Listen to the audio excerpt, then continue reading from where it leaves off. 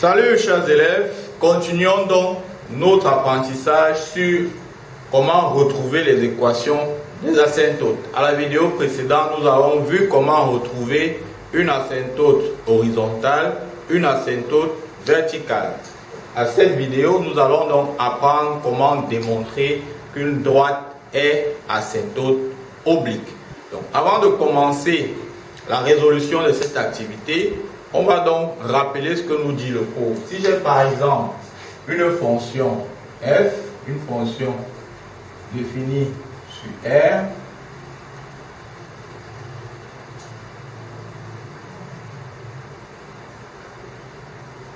CF, sa courbe,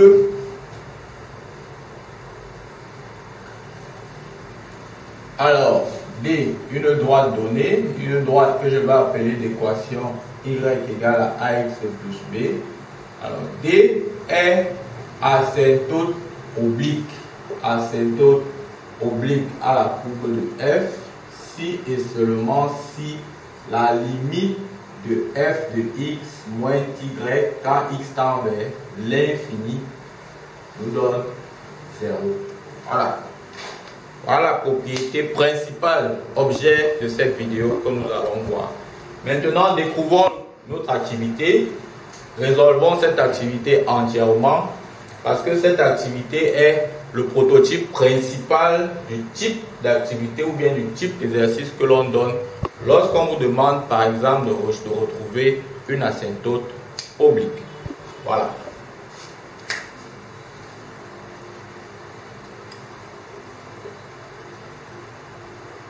Alors, h de x est une fonction rationnelle.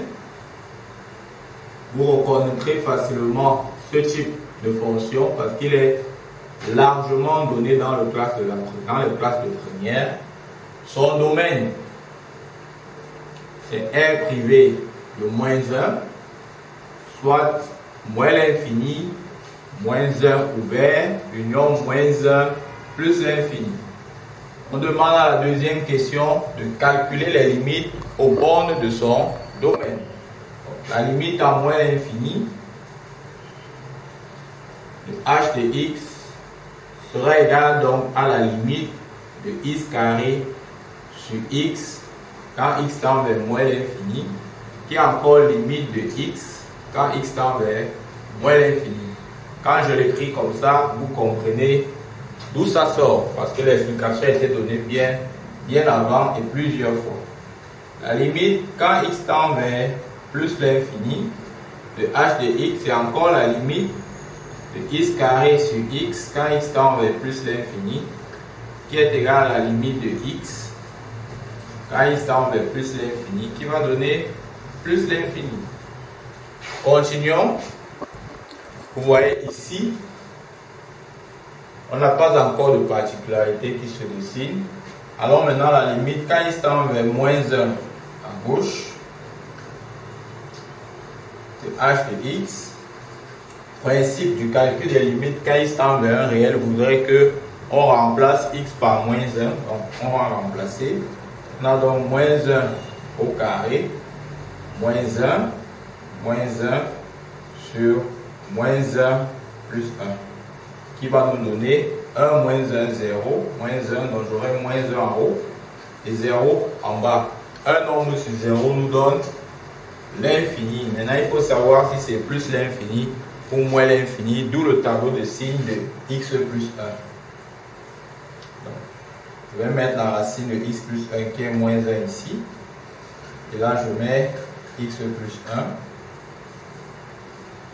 Alors on sait que c'est négatif ici et positif là. Donc à gauche de moins 1, c'est négatif. Donc moins fois moins, ça va donc donner plus l'infini. De même, la limite de h de x, quand il tend vers moins 1 à droite, va nous donner moins 1 sur 0 plus, qui va donner moins l'infini.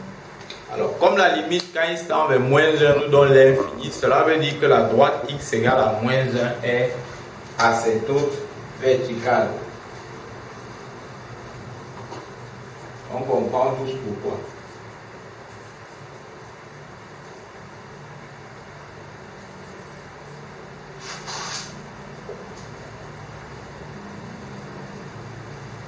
Bien, maintenant on continue à la troisième question. Déterminer A, B et C tel que h de x soit égal à ax plus b plus c sur x plus 1. Chaque fois qu'on va vous poser cette question-ci, pour résoudre, pour pouvoir déterminer les valeurs de A, B et C, vous faites la division euclidienne du numérateur qui est x carré plus x moins 1 par le dénominateur qui est x plus 1. Donc je viens là, je fais x carré plus x moins 1 divisé par x plus 1. Quel nombre tel qu'en multipliant par x nous donne x carré? Convenez avec moi que c'est x. On a donc moins x carré moins x. Et 0 et moins 1. Cela dit donc que h de x est donc égal à quotient qui est x plus reste sur diviseur. Et ainsi a est égal à 1, b est égal à 0 et c est égal à moins 1. Voilà. Maintenant, dernière question. Montrer que la droite D de l'équation ax plus b est asymptote oblique à CF. A et b, ce sont les valeurs de a et b que nous avons déterminées ici. Donc pour résoudre ça, on va d'abord écrire l'équation de la droite D.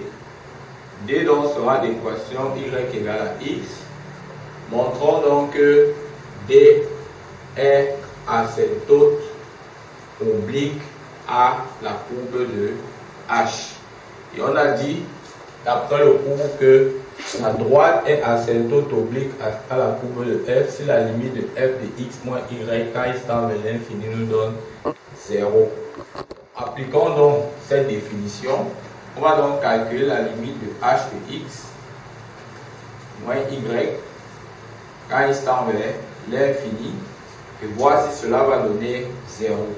Pour donc calculer, vous remplacez h de x par cette expression et non l'expression de départ.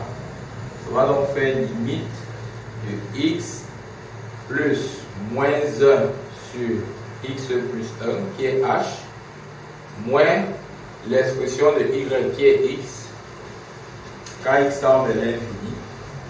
Vous enlevez les parenthèses, ça fait limite quand x tend vers l'infini de x plus moins 1 sur x plus 1 moins x. Alors vous avez x moins x.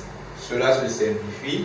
On va donc rester avec limite quand x tend vers l'infini de moins 1 sur x plus 1. En appliquant le principe que l'on considère uniquement le monome le plus haut degré à l'infini, au dénominateur on va avoir limite de moins 1 sur x quand x tend vers l'infini, qui va faire moins 1 sur l'infini.